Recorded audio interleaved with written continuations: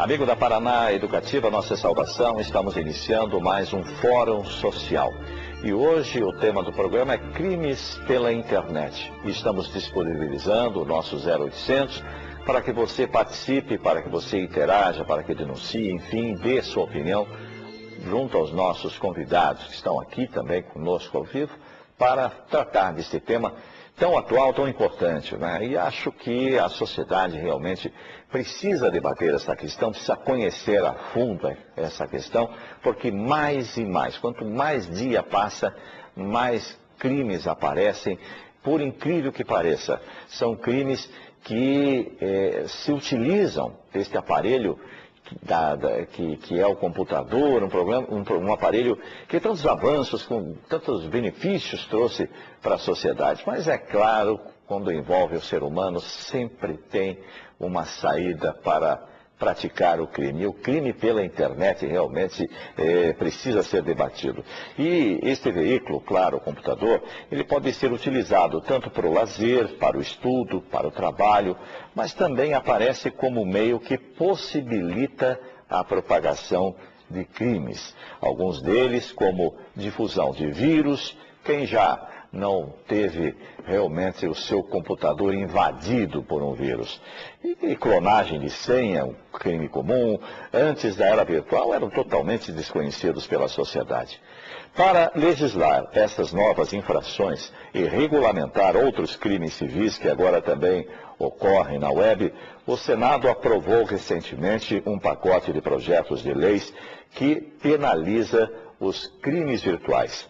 No programa de hoje, então, nós vamos discutir estas mudanças provocadas pela internet na sociedade, os crimes praticados na rede e a eficácia das leis aprovadas pelo Senado brasileiro. Para isso, estamos aqui no programa, à minha direita, Demétrios Gonzaga de Oliveira. Demétrios é o delegado do Núcleo de Combate a Crimes Cibernéticos do Paraná. Aqui à minha esquerda, o Omar Kaminski. Omar é advogado, diretor de internet do Instituto Brasileiro de Direito da Informática e membro suplente do Comitê Gestor da Internet no Brasil. Mais à direita, Marcos Aurélio Pichek Laureano, professor da Unify, Centro Universitário Franciscano e da Escola Técnica da Universidade Federal do Paraná. E, finalmente, Robson Valentim, diretor de operações da Celepar, a nossa companhia de informática aqui no estado do Paraná. Eu lembro a você, amigo telespectador, amigo ouvinte da Paraná Educativa M630, que estamos disponibilizando mais uma vez o nosso 0800 aqui da emissora, uma ligação gratuita de todo o Brasil. Você pode ligar para debater com os nossos convidados o tema de hoje do Fórum Social, crimes pela internet, 0800-643-7555. Se preferir dar a sua opinião, também disponibilizamos o nosso e-mail, forum.social@rtve.pr.gov.br. Vamos a um rápido intervalo, retornamos em instantes. Aguarde.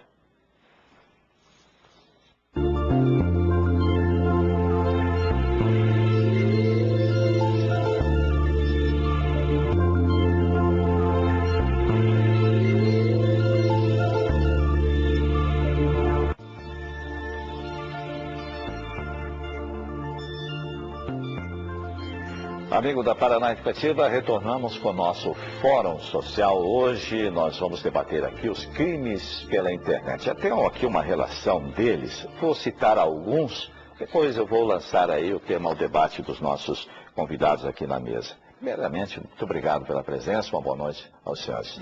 Bem, alguns dos crimes que estão tipificados no Código: roubo de senha, falsificação de dados públicos, falsificação de cartão de crédito ou de telefone celular, destruição de dado alheio, inserção ou difusão de código malicioso, vírus, inserção ou difusão de código, acesso não autorizado, acessar rede de computadores, dispositivo de comunicação ou sistema informatizado sem autorização do legítimo titular. Enfim, são vários os crimes aqui tipificados. São 13 esses crimes: atentado contra a segurança de serviço de utilidade pública, ataques a redes de computadores, discriminação de raça ou de cor disseminados através de rede de computadores, receptar ou armazenar consigo imagens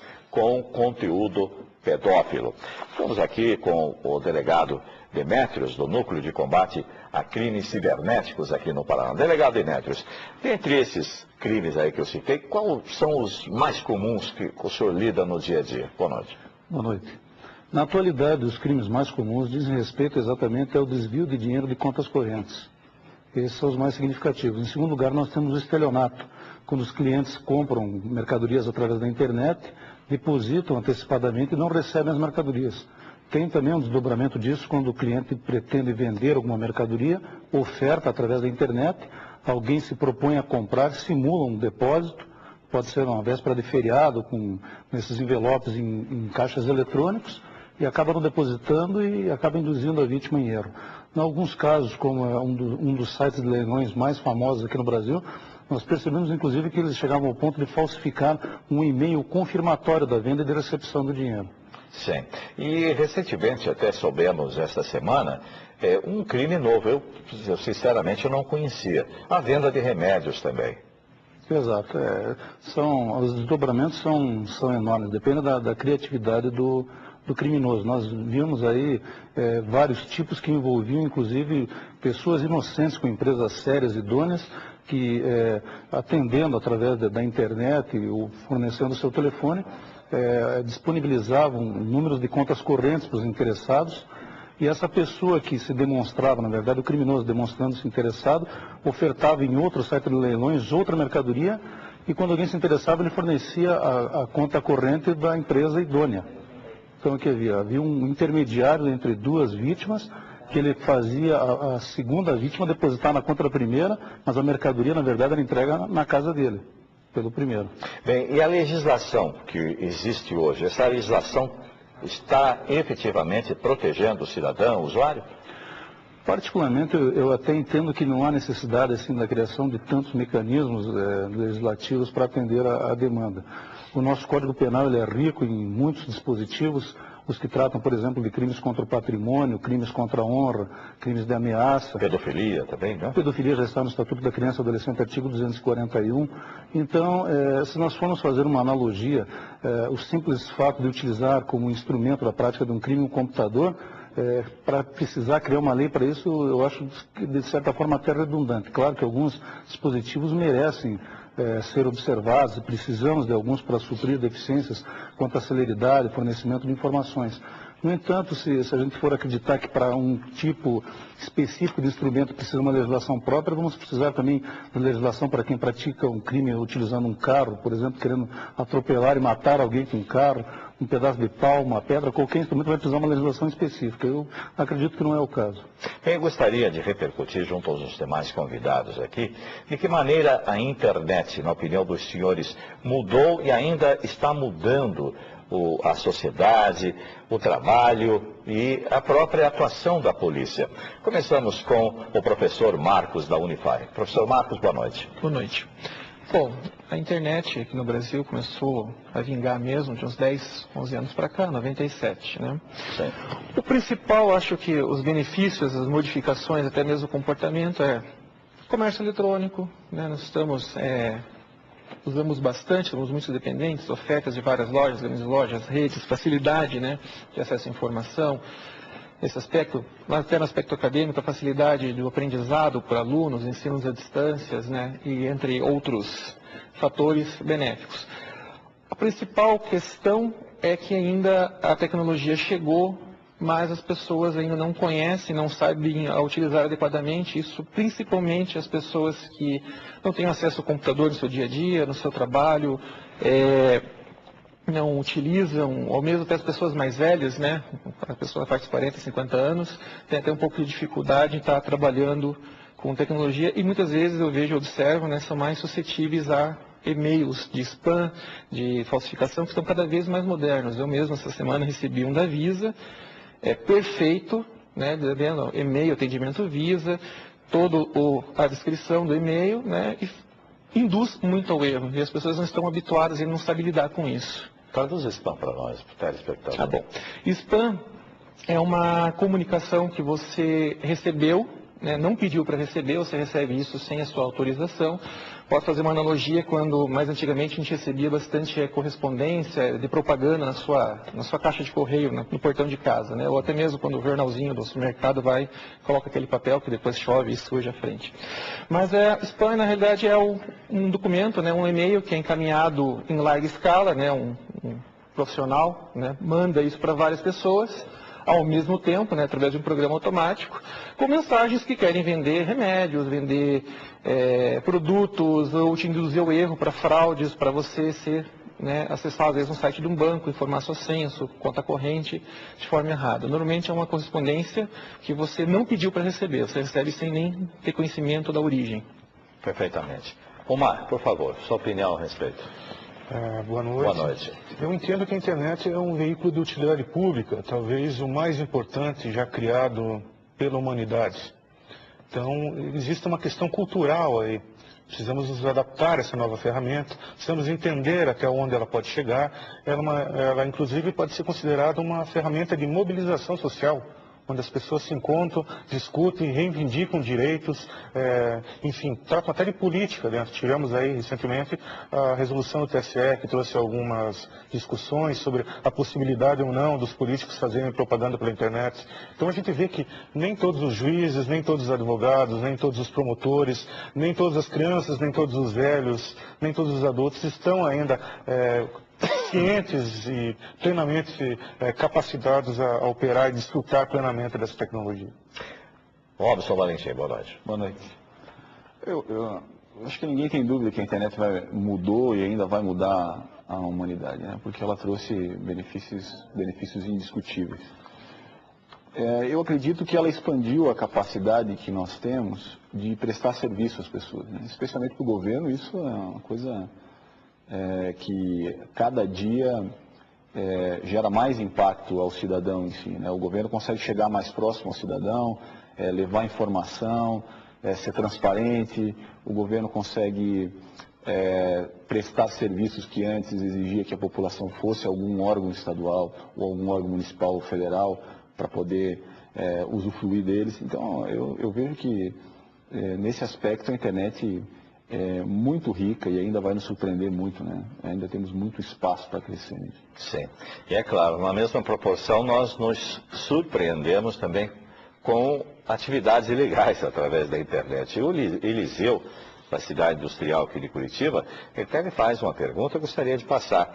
Começando aqui pelo delegado Demetrios, que na verdade diz respeito à área dele. Como se prevenir dos crimes da internet? Demetrios? Olha, considerando a magnitude, o leque extremamente amplo de ocorrências a respeito de crimes da internet, essa tentativa de proteção, digamos, ela deve se dar principalmente através da proteção dos equipamentos com mecanismos de segurança. Não diria não apenas o antivírus, como o pessoal costuma comentar, mas pacotes de segurança realmente que contenham o firewall, o anti-spam, que são ferramentas de proteção para não haver invasão no computador, para não ficarem sendo recepcionados arquivos maliciosos que possam danificar a máquina. Em segundo lugar, é importante também, considerando o grande volume de crimes contra a honra, evitar se expor através de fotos. Esses sites de relacionamento principalmente são os que mais acabam ocasionando esse tipo de problema. As pessoas põem telefone, põem endereço, põem fotos, dão informações a respeito de dados pessoais, informações que na vida comum não participariam a outras pessoas. Mas ali, naquelas comunidades, eles quase que se abrem totalmente, causando assim uma vulnerabilidade enorme, não só em relação a si próprios, mas também aos seus familiares. No meu caso, das crianças, dos jovens que tiram fotografias com uniformes escolares, dizendo onde trabalham, onde curtam suas horas de lazer, por onde passeiam, onde se reúnem. Isso aí tudo são mecanismos que para o crime, que está direcionado a coletar informações e a formar dossiês para a prática de delitos mais graves, serve assim de forma incomparável, porque não tem como refrear. Tomar muito cuidado nessa questão também de fornecimento de informações curriculares a empresas que desconhecem a procedência, a idoneidade através da internet e prestam uma série de informações. Nós detectamos, inclusive, algumas quadrilhas que se valem dessas informações para abertura de crédito, para instalação de telefones, locação de imóveis, uma série de outros detalhes. Quer dizer, o cuidado deve ser principalmente no sentido de se proteger, protegendo o equipamento e protegendo a própria imagem. Marcos Aurélio. Bom, acrescentando, né, todas essas informações, né, não ter aquela síndrome de clicar em tudo que recebe. Né? A gente percebe isso, eu vejo isso nos meus alunos, vejo isso nos meus colegas. A pessoa recebe o e-mail, já sai clicando no link, não para analisar, né? Acessa qualquer página. Né? Tem que ter também, muitas vezes você pode até diminuir, eu vejo o meu exemplo, eu não tenho antivírus, eu só tenho firewall na minha máquina, né, no meu sistema operacional, mas eu não tenho o hábito de acessar páginas suspeitas. Né, sites suspeitos, eu só acesso aquele jornalzinho básico, né, lugares confiáveis para você acessar. A mesma coisa que eu estivesse frequentando, andando na rua, você não vai andar numa rua escura para ser assaltado, né, você vai andar numa rua clara, bem iluminada, com segurança. Mais ou menos também você aprender a usar o equipamento, usar a internet com consciência de segurança, como se você estivesse andando no dia a dia na rua. Sim, eu recebi recentemente um e-mail, claro, pretensamente da minha colega de trabalho aqui da televisão. E, na verdade, era um vírus poderoso que comprometeu bastante o computador. Né? Então, as pessoas até se utilizam, não sei como que conseguem, né, esses criminosos, hackers, né, nomes de colegas da gente para disseminar o vírus. Mas isso, na realidade... Como é que eles conseguem isso? Então, isso aí você consegue um dicionário de dados, de nomes, né? Os nomes brasileiros, eles são normalmente comuns, José, Maria, João, Renato, Oliveira, da Silva, né? São nomes comuns. E tem programas que automaticamente eles já começam a embaralhar, começam a fazer combinações. E normalmente é comum também, se vê nas empresas, o e-mail público, né, da empresa, por exemplo, lá, cmarcos.laureano, ou seja, ser nome, sobrenome, ou então ser a primeira letra do nome e o sobrenome da pessoa. Então, isso é comum em muitas empresas, é meio que padronizado, né? Isso em bancos, eu não sei como é que na Celepart também é assim, não tenho certeza, não conheço. Mas aí tem programas que pegam esses dicionários, esse monte de nomes, né, e começam a embaralhar e fazem combinações. E enviam. Né? Se alguém receber e cair no truque, ok. Sem contar que muitos dos e-mails, a sua colega também pode ter acessado algum fórum, alguma coisa, deixou o e-mail dela registrado lá. Aí vem um programa, né, automático, captura, gera um banco de e-mails, né, e manda, como se fosse um e-mail válido. Né? Sim. Finge ser aquela pessoa na hora de enviar. E em relação à fiscalização, hein?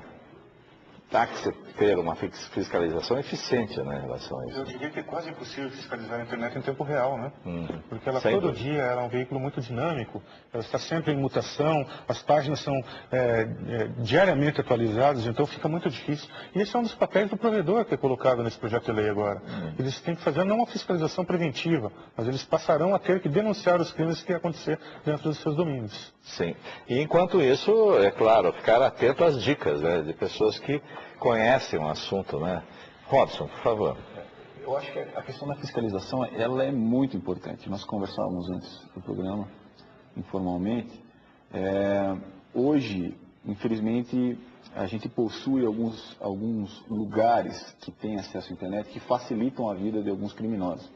Então, hoje tem pessoas, você pode chegar num local, numa lan house, como se fala, né? E ter acesso a um computador sem se identificar e a partir daquele computador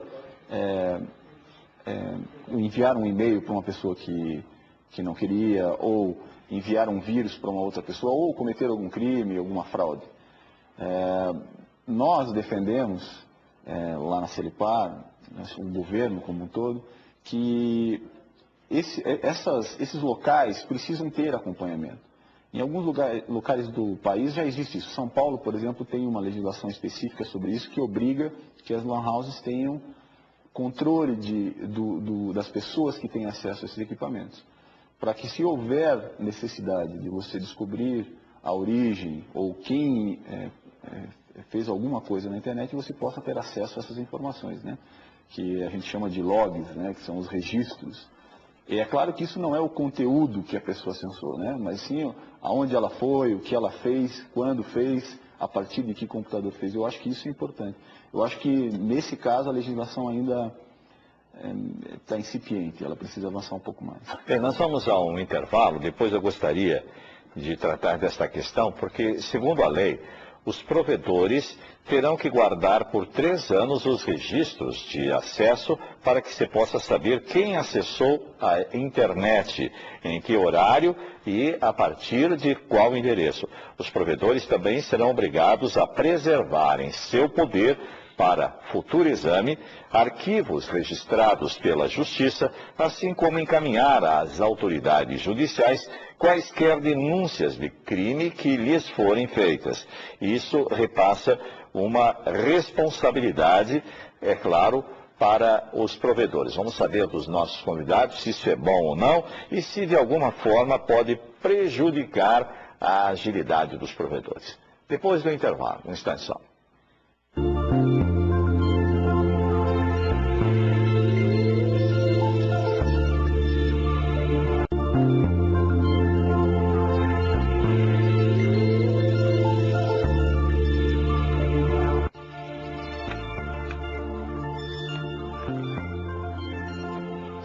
Amigo da Paraná Educativa, retornamos com o Fórum Social desta noite, tratando aqui com os nossos convidados e com você, amigo telespectador, a questão dos crimes pela internet. Você pode participar, pode interagir com os nossos convidados através do 0800 643 7555 ou mandar a sua opinião para o nosso e-mail forum.social@rtve.pr.gov.br.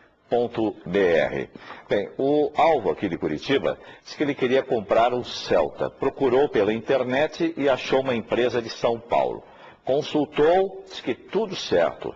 E essa empresa pediu para que ele depositasse 5 mil na conta de uma pessoa que seria o gerente da loja. No outro dia, eles mandariam o carro. Mas ele depositou.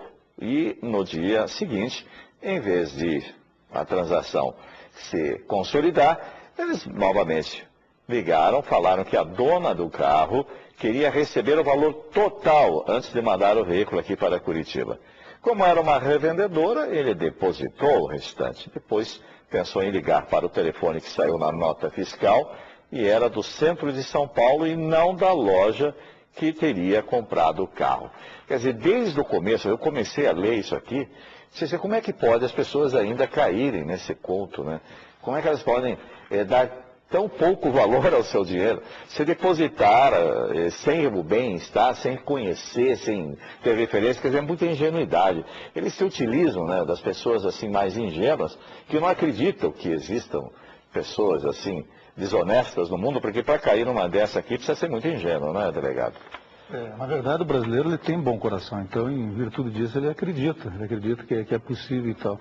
Aqui a gente percebe, eu, por exemplo, eu já começo a fazer o raciocínio lógico em cima disso, e já começo a lembrar, por exemplo, da questão dos fakers, que são especialistas em, vamos dizer assim, burlar sistemas de telefonia para conseguir obter algumas vantagens e praticar as ilicitudes. Mas isso aí também pode ser resultado, inclusive, até de uma extensão de um telefone puxado na base da ilicitude, entendeu? Que direcionava para uma central que ele atendia e fazia esse tipo de situação. É comum esse tipo de crime? Pode acontecer. Hoje, é o que eu digo, a própria tecnologia em si, ela avança tanto, oferece tantas condições, e somada à criatividade dos criminosos, tudo é possível. Tem que checar realmente com profundidade e procurar principalmente empresas sólidas, idôneas, antes de fazer uma transação dessa natureza. Omar. Tem um exemplo interessante. Esses dias eu recebi uma mensagem no meu celular dizendo que eu havia ganho um carro de um determinado programa de TV e que era para eu ligar para determinado número lá para receber meu carro. Aí, como sou estudioso na matéria, me precavi de certos cuidados, acabei ligando para lá e acabei descobrindo que esse telefone era um telefone celular de um bandido que estava preso no Ceará, em Fortaleza, no Ceará.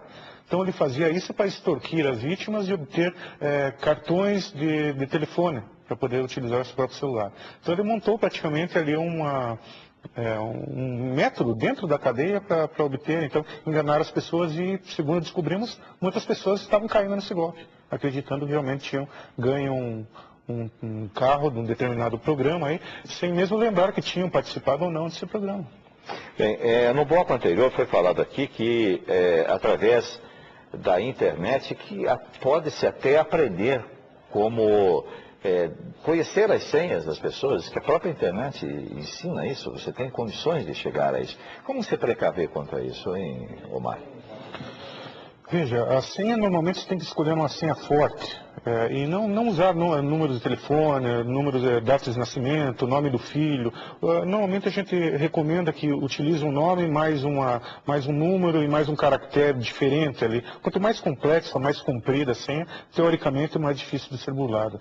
Mas se o cracker, no caso, que seria o criminoso virtual e não o hacker, enviar um arquivo espião, que se chama, ele pode capturar a senha do mesmo jeito, por mais complexa que ela seja. Então a questão mesmo é cultural, é de você tentar descobrir, aprender cada vez mais com a internet, só assim você vai conseguir escapar desse tipo de golpe Mas qual que é a melhor maneira de se prevenir contra isso? Qual a melhor maneira? O senhor que está nos acompanhando agora, eu gostaria de saber, dar alguma dica dos senhores. Por favor, Robson. Eu acho que as pessoas precisam ter a consciência de que você não pode confiar na internet. Que a internet não é uma pessoa confiável. Se você entrou num site e ele pediu a sua senha, para qualquer coisa que seja, você não pode fornecer naquele momento sem pensar um pouco. A própria informática, ela traz alguns mecanismos para proteger as suas senhas, né? Um deles, por exemplo, na internet, quando você entra num site, que, por exemplo, é o site do seu banco, onde você tem lá o seu dinheiro guardado. Todos os bancos possuem um artifício que a gente chama de certificado digital, que é um programa de computador que embaralha a sua senha enquanto ela trafega do computador da sua casa até o computador do banco. E isso é muito fácil de se identificar, né? O navegador, que é aquele programa que você utiliza para acessar a internet, ele tem um cadeadinho embaixo, colocado no canto direito da tela do computador, que diz que aquela conexão é segura. Então as pessoas precisam ficar mais atentas a essa questão e mesmo assim, né, não fornecer a senha para qualquer site que peça e nem muito menos por telefone, né, ou por algum desses meios que não seja seguro. Perfeitamente. Bem, eu, quando estava encerrando o bloco anterior, falei exatamente a respeito da lei em relação àquilo que ela determina aos provedores. Eu gostaria que o Marcos até falasse se de alguma forma esta determinação legal pode prejudicar a agilidade dos provedores, Marcos? Olha, prejudicar a agilidade não prejudicaria, né, em relação ao aspecto de gravar essas informações, né, da onde, qual pessoa fez ou não. Mas eu questiono realmente a validade dessa intenção. Porque existem várias formas, né? O Demetrios comentou agora há pouco, por exemplo, da Lan House. Você não precisa da Lan House para ter acesso à internet. Você pode ir num shopping que tem acesso à internet sem fio. O pessoal em Copacabana acabaram de publicar que vai ter toda a orla, vai ter internet sem fio, então você pode ir com o seu notebook. Então como é que você vai atrelar a pessoa que vai lá com o seu notebook, com acessar a internet? E outros mecanismos, por exemplo, eu tenho meu site pessoal é armazenado num provedor nos Estados Unidos. Eu posso acessar o meu provedor e de lá acessar a internet. Então, vai ficar registrado o quê? Que eu acessei meu provedor, mas de lá ninguém sabe o que aconteceu. E existem outros mecanismos, né, que são chamados de proxy servers, que te permitem mascarar, né, ocultar. Então você se conecta, acessa esses sites, e a partir desses sites você pode acessar outros sites. Então, na realidade, é uma iniciativa que é questionável, né, no aspecto. Para as pessoas que realmente querem cometer um crime, né, que tem um grau de intelecto maior em relação a isso, elas vão conseguir burlar esse aspecto. Sim. Com certeza. Bem, o Antônio de São José dos Pinhais ligou para cá, o Matheus também, aqui de Curitiba. Eu vou colocar as duas questões levantadas por ele. Aliás, uma delas, acho que do Matheus já foi falado aqui, mas não custa nada enfatizar. O Antônio diz, os sites que têm cadeados são de fato confiáveis e as transações bancárias, como não cair em um site pirata? E o Matheus, como é que eu posso evitar vírus em meu computador? Quem dos senhores poderia responder? Pois não. Bom, necessariamente um site ter um cadeado não quer dizer que ele é confiável. Quer dizer que a conexão entre o seu computador e aquele site é seguro. Mas não garante que aquele servidor, aquele site que você está acessando é confiável. Né? Então, em relação a isso, tem que tomar cuidado. Para você não cair em golpes, o ideal é o quê? Se você tem conta num banco, se você recebeu um e-mail, se você recebeu uma mensagem, é não clicar no link que vem no e-mail. Né? Porque normalmente o link aparece bonitinho lá, o link do correto, mas por trás se direciona para um site não confiável que pode ter um cadeado. Se você receber um e-mail, por exemplo, da Receita Federal dizendo que teu CPF está preso, né, que está registrado, liga para o 0800, é o ideal você ligar do 0800 do seu banco ou do órgão que está se fazendo passar para te enviar em relação a isso. E com relação a vírus, acho que os principais cuidados é você não, quando for puxar algum programa na internet, né, alguma utilidade, puxar de sites confiáveis, né, tem alguns que são bem conhecidos, ter sempre um antivírus atualizado, um antivírus bom, atualizar diariamente, porque diariamente surgem vírus novos, e não clicar também, não abrir qualquer arquivo que chega, sempre receber um arquivo, mesmo sendo uma pessoa, né, que você confia, que você conhece, pega, toma cuidado, né, abre, passa primeiro o antivírus em cima do arquivo para depois abrir e ver o conteúdo dele. Bem, o João Sérgio da Silva Costa mandou um e-mail para nós de Cataguases, Minas Gerais. Ele está sugerindo que seja feito, então, um programa discutindo este projeto de cybercrimes, que é o programa que nós estamos fazendo hoje aqui, este projeto apresentado pelo senador Azeredo, que foi inclusive aprovado no Senado e segue agora para a Câmara. Segundo o João Sérgio, por detrás da bandeira de combate à pedofilia e ao vírus, ele esconde os lobbies das grandes gravadoras e demais empresas de mídia, pois contém itens que criminalizam o compartilhamento de músicas e filmes pela rede. Eu gostaria de que essa opinião do João Sérgio seja analisada pelos senhores, por favor. Eu venho acompanhando esse projeto de lei, pelo menos desde 2006, desde a primeira relatoria do Azeredo. Sim. E desde então ela sofreu diversas modificações e continua sofrendo. Pontos fortes e fracos, então, do projeto, na sua opinião? Pontos fortes é realmente criminalizar alguns crimes que não estavam previstos, que a gente chama de crimes próprios, crimes informáticos próprios. Por exemplo, invasão de sistemas, difusão de vírus, algumas adaptações. Mas de aí querer abrir o leque de um modo até que você não sabe o que seria o artigo, qual artigo seria cabível para determinar o crime e qual não, como no caso de violação de direitos autorais. Já temos uma lei de 2003 que abrange a internet e mesmo assim pretenderam aí aumentar então o alcance dessa lei. A maior sugestão seria então um maior debate com a sociedade. É mencionado aí que foi criado mais ou menos uns 10 dias atrás um abaixo-assinado pela internet, que está chegando já a 100 mil assinaturas, onde se pretende aí maior transparência e que não haja, então, um método de censura velada, como alguns estão enxergando nesse projeto de lei. Robson, alguma opinião a respeito? Eu acho que a lei tem pontos fortes na questão de rastreamento de atividades na internet. Eu acho que isso é importante, mas eu acho que ela peca em alguns pontos por não ser clara, né? Não definir bem a abordagem em alguns dos assuntos, especialmente nesse que o e-mail citou. Sim. Marcos. Bom, eu acredito, né, que nessa área mal não vai fazer, né? Mas que nem o Marco colocou, tem algumas coisas que realmente já existiam leis que já se encaixavam, se encaixavam a respeito disso. Com certeza vai melhorar, às vezes até vai tornar, digamos assim, mais público as informações no aspecto de disseminar o conhecimento, mas ainda tem alguns aspectos a melhorar realmente, nos casos de dubiedade de lei e interpretação. Omar, alguma coisa a acrescentar? Eu acho que houve um excesso de zelo nesse caso, desse projeto de lei. Realmente pecaram pelo excesso. A gente chama de projeto Frankenstein. Foram encaixando aqui, encaixando ali, e ficou algo que ninguém entende e que vai acabar se voltando contra o seu criador. Na verdade, conforme eu estou até sendo lembrado aqui pela Bibiana, isso partiu exatamente da CPI contra a pedofilia e pirataria, não é mesmo?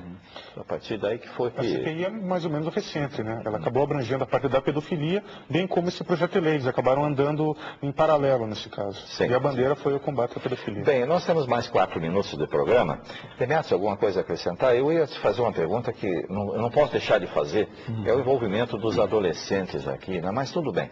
Mas você gostaria de opinar a respeito desse assunto aqui especificamente, Demetrio? Na verdade, a grande ausência que eu sinto dentro desses trabalhos de desenvolvimento da legislação diz respeito exatamente à ausência de autoridades policiais que tratam diretamente no dia a dia com esses assuntos. Nós é que nos deparamos todos os dias com os obstáculos, com as dificuldades, que nos deparamos também com decisões, com pareceres favoráveis e contrários sobre o mesmo assunto. Decisões e pareceres inclusive de poderes constituídos que muitas vezes dificultam o nosso trabalho. Tem hoje, por exemplo, um caso em que, no dia 10, por exemplo, eu tive uma decisão favorável a uma quebra de sigilo. No dia 20, outra decisão oriunda da mesma autoridade sobre o mesmo assunto, contrária. Então, esse tipo de situação dificulta, inclusive, no momento do desenvolvimento dessa legislação.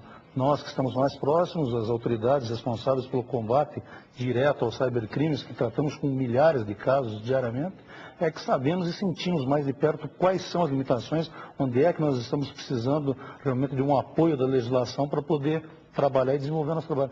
As pessoas que não conhecem, que não sentem, que não veem o que é uma mãe chorando desesperada, que não veem uma ameaça de morte, um caso de pedofilia que precisa ser monitorado diariamente, que precisa todo um trâmite, um processo, inclusive de análise forense em cima do material que for coletado, uma operação toda desencadeada e delimitada nos moldes do nosso ordenamento jurídico, que não ofenda garantias de constitucionalidade, não estão sendo ouvidos.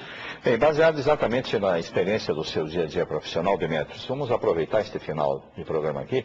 Nós sabemos da preocupação do envolvimento dos adolescentes. Como os adolescentes gostam, né?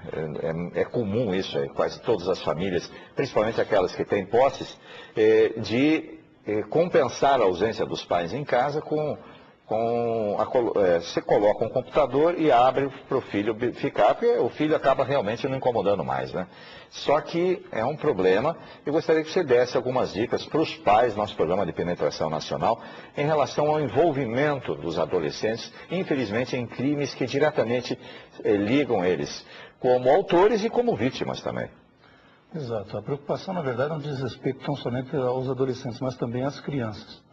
Essa questão dos pais estarem distanciados do uso da tecnologia, dos computadores, da internet, de um site de relacionamento, do funcionamento de uma sala, de um chat de conversação, de como as crianças se comportam quando estão sozinhas, gera uma série de problemas, dificuldades que acabam resultando muitas vezes em crimes. Nós temos casos, por exemplo, um significativo, emblemático aqui em Curitiba, a questão de um jovem que, criando uma comunidade de relacionamentos, eu odeio contra uma determinada professora, começou a coletar informações de outros que, se juntando a ele na sua expressão de revolta, começaram a sugerir as mais diversas agressões, dentre as quais estupro e homicídio. Sim. Então, são coisas assim que realmente acontecem, que estão debaixo do nariz dos pais e que eles têm que acompanhar. Evitem manter computadores em locais isolados, tenham computadores sempre em local de grande circulação. Procurem observar se esses computadores não estão marcados, digamos, pela utilização em sites perigosos. Nós temos casos, por exemplo, eu recebi uma mãe preocupada com a filha de 6 anos de idade, que um coleguinha de sala, de escola, sugeriu antes de entrar no período de férias que ela pesquisasse, a criança pesquisasse no Google. Hoje as crianças começam cedo a pesquisar nas escolas sobre palavras como sexo, como coisas direcionadas nessa área. E eu diria também que é interessante prestar atenção nisso, não só para os pais, mas para todo o Brasil. Toda pessoa que tem um computador a partir de agora começa a olhar com seriedade e começa a ver esse computador realmente como uma arma. Porque a questão da inserção, da questão do armazenamento de imagens em computadores, imagens de pedofilia envolvendo crianças, adolescentes em cenas de sexo e coisas dessa natureza, pode se tornar um problema muito grave. A pena pode chegar até 8 anos de reclusão. Se uma pessoa deixa um computador aberto, com senha aberta, coisa dessa natureza, e vai passear, vai fumar um cigarro, vai ao banheiro e deixar aberto, e alguém acessar, baixar alguma imagem, e essa imagem ficar retida no computador, vai ser um complicador. Se for um desafeto, ele mesmo baixa, vai lá e liga para a polícia. Esconde a imagem numa pasta oculta, liga para a polícia e denuncia o dono do computador. Delegado, o nosso tempo já está se esgotando. Em relação exatamente à punição a um adolescente que, por exemplo, for flagrado num crime de transação de droga, por exemplo, através da internet. A lei já prevê isso? O Estatuto da Criança e do Adolescente, sim, em si, ele tem a previsão para a questão dos adolescentes através dos atos infracionais. Sim. Perfeitamente, então. Muito obrigado pela presença dos senhores. Realmente o tempo é muito curto por esse assunto, né? Ele é tão extenso que nós ficaríamos aqui até a noite inteira, por dias, tratando. E é um assunto sedutor, como é mesmo a internet, como é a informática, como é o computador. A você que nos acompanhou também, os nossos agradecimentos. Até o próximo programa. Nós sempre lembramos que as reprises do Fórum Social são apresentadas sempre pelas manhãs, às 7h15. Tenham todos uma boa noite e fiquem com a paz de Deus.